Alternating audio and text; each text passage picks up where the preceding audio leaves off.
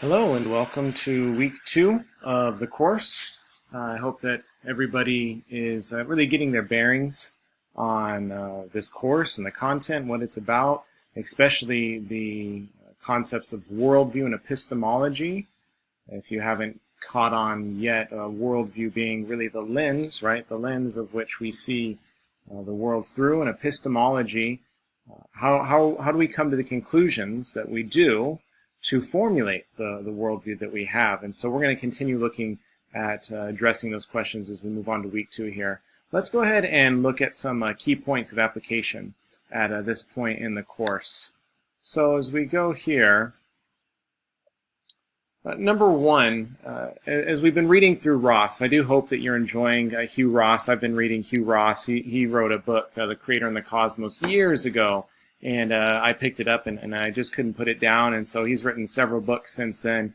But this one, More Than a Theory, really is a great title for it because he's giving his worldview, his understanding, conclusion of the way that he views Scripture and makes that consistent through the lens of science and how those two are actually harmonious, which is really the thrust of his entire book. So Ross does make some very bold yet insightful claims in chapters 1, 3, and 6 of his book.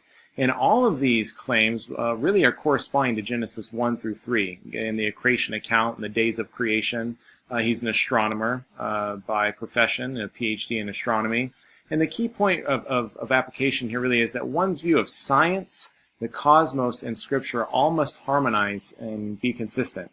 Now, Ross is giving his theory, right, of how these all can be harmonized. But the most important thing for you as a student in this course to understand is that your view of the world around you and the science that exists, and the scientific claims, and what we understand about theology, and what we understand about God, and what we understand about the days of creation, we all must be consistent in our understanding of it, lest we have a broken or partial worldview in these things. So the key point of all of this isn't that Ross, in his theory, is the only way, that it's that the way that we come to view these things is consistent in our own personal worldview. And now, in point number 2, this will take much time, effort, and study.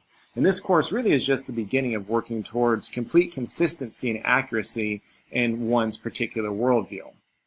Thus, however, the need for epistemology. And again, epistemology being, how did we come to the conclusions and the convictions that we hold? How do we know what we know? And how do we know that those things are true? That's going to be part of the reading this week, and that's going to be part of the video that we're going to watch, the film, The Matrix.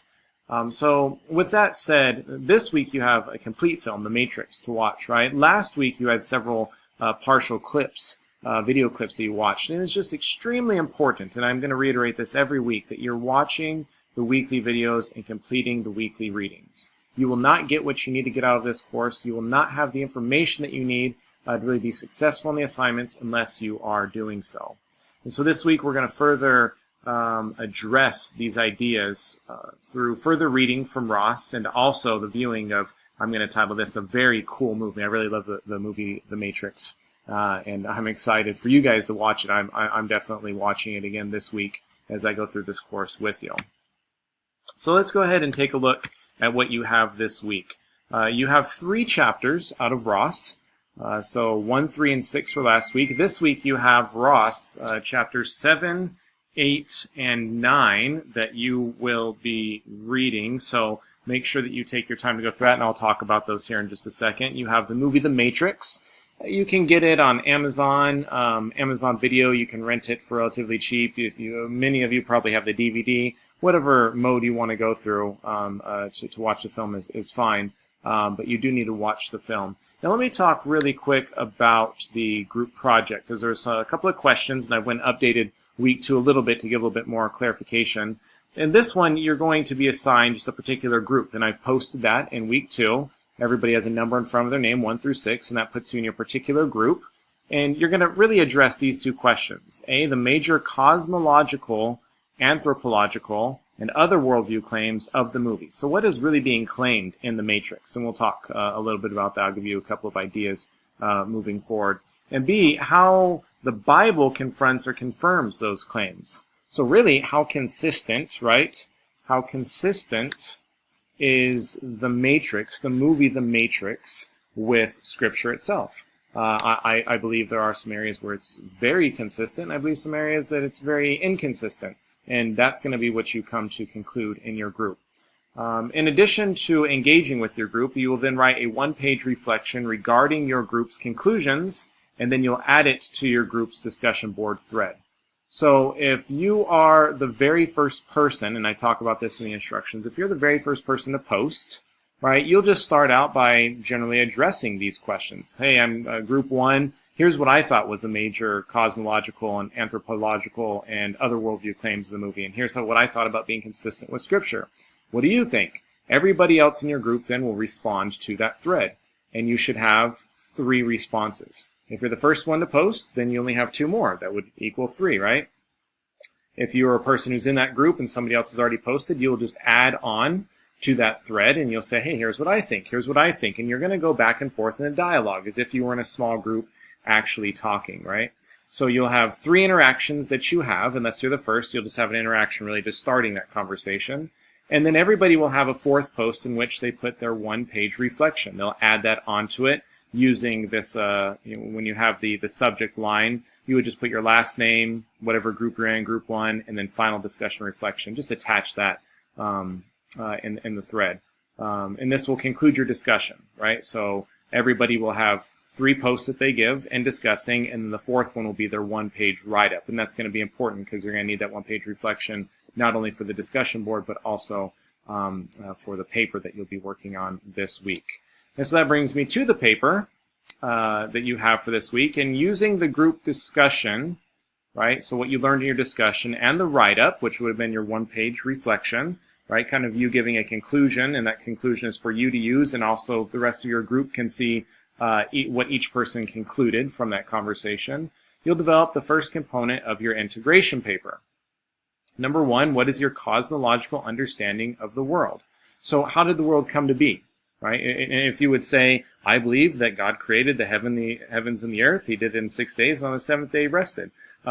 Make sure that you clearly lay that out, that is what you believe. And you can add in and be as descriptive as you'd like. Keep in mind this is a 3-page paper that you're going to write, and also following the rubric which is listed for you.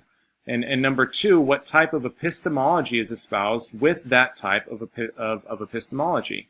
And if helpful, use the 7 approaches discussed in the Ross's chapters. If you go through the table of contents, you'll see what Ross discusses. You know, actually, let me pull it up right here. If you open up table of contents on page 7, Ross talks about the model for the cosmos, the model for the galaxies and the stars and the planets, how his view of the galaxy, stars, and planets is consistent with Scripture.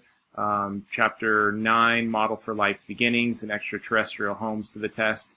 So his model for what he believes about the beginnings of life here on Earth, and also extraterrestrial, the conclusions he's come to about that, and again, how those are all consistent in Scripture. So each chapter he talks about those. So if it's helpful, you can refer to Ross's books on epistemology of how he comes to those conclusions.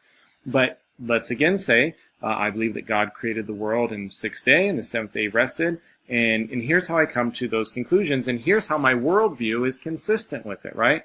One should say, I say it, and I believe it, because it is God's inerrant word, right, out of Scripture. But then that must be consistent with everything else. One cannot say that I think that science is very clear that evolution is correct or something like that, right? There's just tons of science for it. But I believe religiously or biblically that God did it in 6 days, and then the world is only 4,000 years old, right? We must be consistent in the things that we think and we believe, and that takes a study and the time and effort. So again, number 1, what's your cosmological understanding of the world? How did it come about? How did it come to be? 2, what type of epistemology or epistemological approaches are used to come to those conclusions? And then 3, what is the worldview espoused in the behavioral sciences? Right, here's the next part. What does the behavioral sciences say about overall worldview? Man is ultimately good or bad, or man is getting better, as humanism would maybe claim, right? So what is the overall view according to your perspective in the behavioral sciences? And how is that consistent or inconsistent with not only Scripture, but also your own worldview.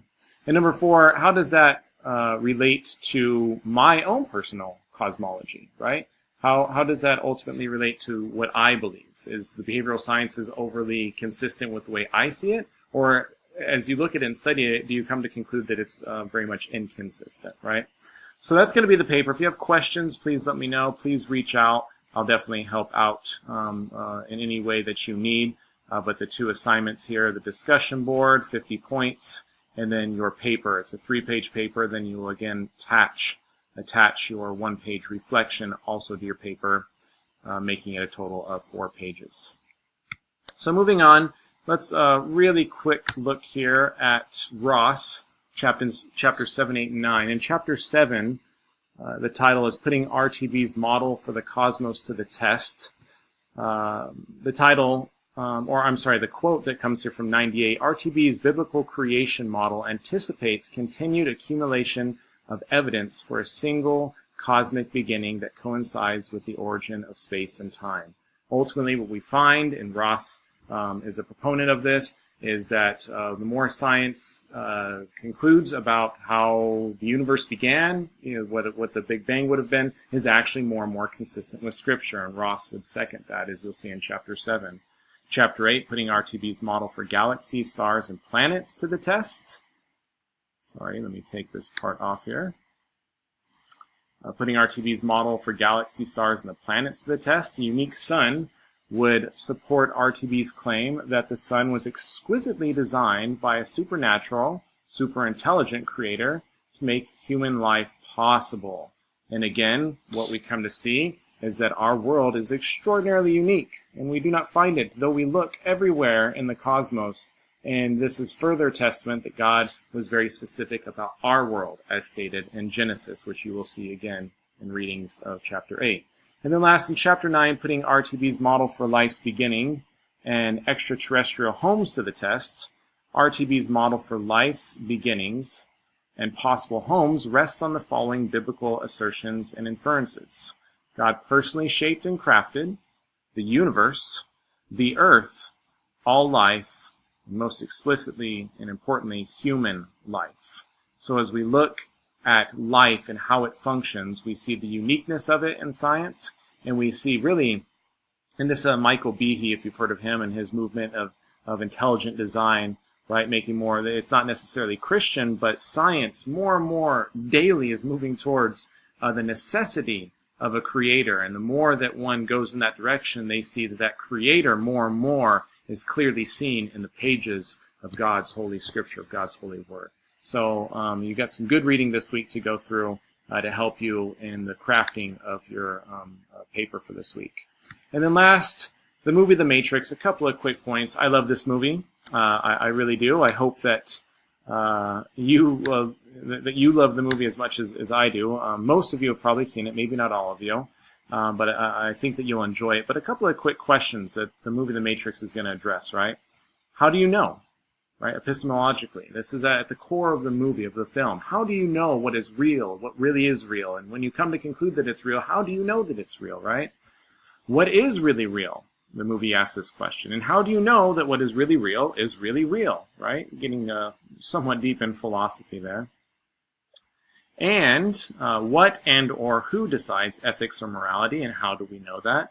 And who governs the laws of reality, and why? And again, how do you know? So these are a couple of guiding questions, maybe, as you go through the film and you're looking at it from a worldview and epistemological perspective, that will definitely help you in crafting your understanding of it and coming to the conclusions for the assignments for this week. So again, if you have any questions, any concerns, reach out to me. Some really cool stuff this week on the readings out of Ross and the watching of The Matrix. And so continue on. Happy reading, happy watching. And one final thing, I'll be engaging with all of you on the discussion board. I should be wrapped up with the discussion board by Wednesday or Thursday of this week. And you can kind of see where you're at with that. So look forward to seeing you guys on there. And I'll be talking with all of you soon. All right, see you in class.